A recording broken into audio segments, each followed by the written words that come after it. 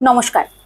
অক্ষয় তৃতীয়ার দিন 11টা লক্ষ্মী কড়ি দিয়ে একটা সুন্দর টোটকা তোমরা প্রত্যেকে করো। কারণ অক্ষয় তৃতীয়া এমন একটা দিন, ওই দিনে যে কোনো শুভ কর্মের কাজ কিন্তু খুব তাড়াতাড়ি পাওয়া যায়, শুভ প্রভাব পাওয়া যায়। আমরা যে কোনো মনস্কামনা নিয়ে যদি মা লক্ষ্মী গণেশের কাছে পুজো করি, তাহলে কিন্তু সেই ফল আমরা খুব তাড়াতাড়ি পাই। অক্ষয় হয় কিন্তু আমাদের সেই চাওয়াটা। তো সুতরাং 11টা লক্ষ্মী কড়ি তোমাদেরকে কিনে রাখতে বলেছিলাম। অনেকে কিনেছো, অনেকে কেনোনি। যারা কেনোনি তারা খুব তাড়াতাড়ি কিনে নিও, কেউ মিস করো না। তো 11টা লক্ষ্মী কড়ি দিয়ে কি করবে? লক্ষ্মী কড়ি অর্থাৎ হলুদ কড়ি, দশকর্মার দোকানে যাবে, হলুদ কড়ি পড়লে কিন্তু পেয়ে যাবে। 11টা হলুদ কড়ি নেবে, একদম নিখুঁত। সেই হলুদ কড়ি তোমরা নিয়ে আসবে। যাদের সকালবেলা পুজো করতে অসুবিধা আছে তারা সন্ধ্যাবেলা করতে পারে। অনেকে অফিসিয়াল কাজে তারা বাইরে বেরিয়ে যায়, বা যে কোনো কাজে তারা বাইরে বেরিয়ে যাচ্ছে।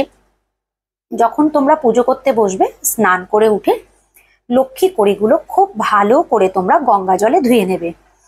গঙ্গা জলে ধুয়ে নেওয়ার পর ওই লক্ষ্মী কড়িতে তোমরা হয় চন্দনের গুঁড়ো বা সিঁদুর বা অষ্টগন্ধা, যদি চন্দনের গুঁড়ো দাও তাহলে চন্দনের গুঁড়ো অল্প একটু জল দিয়ে গুলে সেটা তোমরা লাগাতে পারো 11টা কড়ির উপরে। যদি চন্দনের গুঁড়ো না হয় তাহলে সিঁদুরের টিপ 11টা কড়ির উপরে লাগাতে পারো। তোমরা কিন্তু এই অনামিকা ব্যবহার করবে। যখন তোমরা টিপ দেবে তখন কিন্তু তোমরা অনামিকা ব্যবহার করবে। অনামিকা আঙুল দিয়ে 11টা কড়িতে তোমরা দেবে, এবং দেওয়ার পর সেই 11টা কড়িকে তোমরা হাতে করে তুলবে। এইরকম ভাবে তুলবে। তোমরা কিন্তু তর্জনী, কনিষ্ঠা এই দুটো আঙুল কিন্তু ছোঁয়াবে না। একটা করে কড়ি তুলবে, মা লক্ষ্মীর চরণে ছোঁয়াবে, গণেশজির চরণে ছোঁয়াবে।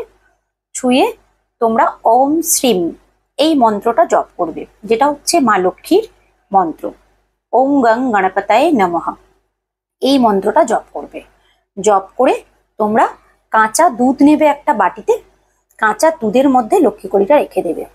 11টা লক্ষ্মী কড়ি নেবে, মানে একটা একটা করে এরকম ভাবে ওম শ্রীম ওম গং গণপতায়ে নমঃ এই মন্ত্রটা হয় 3 বার, না হলে 7 বার, না হলে 11 বার, না হলে 21 বার, যার যেরকম মনে হয় সে সেরকম ভাবে করতে পারে। একটা কড়ি তুলবে, মা লক্ষ্মীর চরণে ছোঁয়াবে ওম শ্রীম, তারপরে গণেশজির চরণে ছোঁয়াবে ওম গং গণপতায়ে নমঃ বলে কাঁচা দুধের মধ্যে ফেলবে। 11টা কড়ি যখন কাঁচা দুধে সম্পন্ন হয়ে যাবে, কাঁচা দুধটাকে নেবে, হাতে করে নেবে। নিয়ে তোমরা তোমাদের যে চাহিদা, যেটা তোমরা চাও, যেটা তোমাদের ইচ্ছে, যে তোমাদের সংসারে সুখ আসুক, অর্থনৈতিক অবস্থা দুর্দশা কাটুক, যদি তোমাদের উন্নতির দরকার হয় উন্নতির কথা বলবে, কর্মোন্নতি, কর্মে বাধা, চাকরির জন্য, বিবাহের জন্য, যার যেটা চাহিদা সেটা বলবে। বলে তোমরা ওই দুধটাকে ঠাকুরের সিংহাসনে বা ঠাকুরের কাছে তোমরা রেখে দেবে, এবং ওই দুধটা কিন্তু খোলা থাকবে। ওই কড়িগুলো যেন দুধের মধ্যে ডুবে যায়। পরের দিন যখন আমাদের অক্ষয় তৃতীয়ার শুভ তিথি কেটে যাবে, আগামী দিনে সেই কড়িগুলোকে তোমরা তুলবে, খুব ভালো করে ঠাকুরের যে কাপড়গুলো হয় ঠাকুরের কাপড় দিয়ে খুব ভালো করে কড়িগুলো মুছে নেবে। কড়িগুলো মুছে তোমরা একটা হলুদ রঙের কাপড় নেবে, পুটলি নেবে, পুটলি করবে খুব ভালো করে, হলুদ রঙের কাপড়ে বেঁধে ওটাকে পুটলি করবে। হলুদ রুমালও নিতে পারো। ব্যবহার করা কোনো কাপড় নেবে না। বারবার জিজ্ঞাসা করবেন না যে দিদি হলুদের জায়গায় লাল হতে পারে কিনা, গোলাপি হতে পারে কিনা, না, হলুদ কালারই লাগবে। হলুদ কালারের চেলি কাপড়ও তোমরা নিতে পারো, বা শালু কাপড় হলে খুব ভালো। সেই কাপড়ে খুব ভালো করে বেঁধে নিয়ে সেই হলুদ কড়িগুলো তোমরা কোন জায়গায় রাখবে? তোমরা হলুদ কড়িগুলো তোমাদের হয় সিংহাসনে রাখবে, যারা ব্যবসার জন্য করছে ব্যবসার জায়গায় রাখতে পারো, বা তোমরা তোমাদের কোনো গোপন জায়গায় রাখতে পারো, বা তোমরা রান্নাঘরে যে কোনো জায়গায় রাখতে পারো যেখানে তোমাদের হাত লাগবে না। তো এই কড়িগুলো কিন্তু আগামী বছর পর্যন্ত রাখা থাকবে। এটা খুবই শুভ, এবং দুধে ছোঁয়ানোর পর এটা খুবই শুভ প্রভাব দেবে। যে কোনো দিক থেকে যে কোনো রকম ভাবে যদি তোমরা এই টোটকাটা করতে পারো, এই টোটকাতে কিন্তু দারুণ শুভ প্রভাব পাওয়া যায়। আমি প্রত্যেক বছর করি, তো সুতরাং তোমাদেরকেও আমি বলছি এই বছরও আমি করব।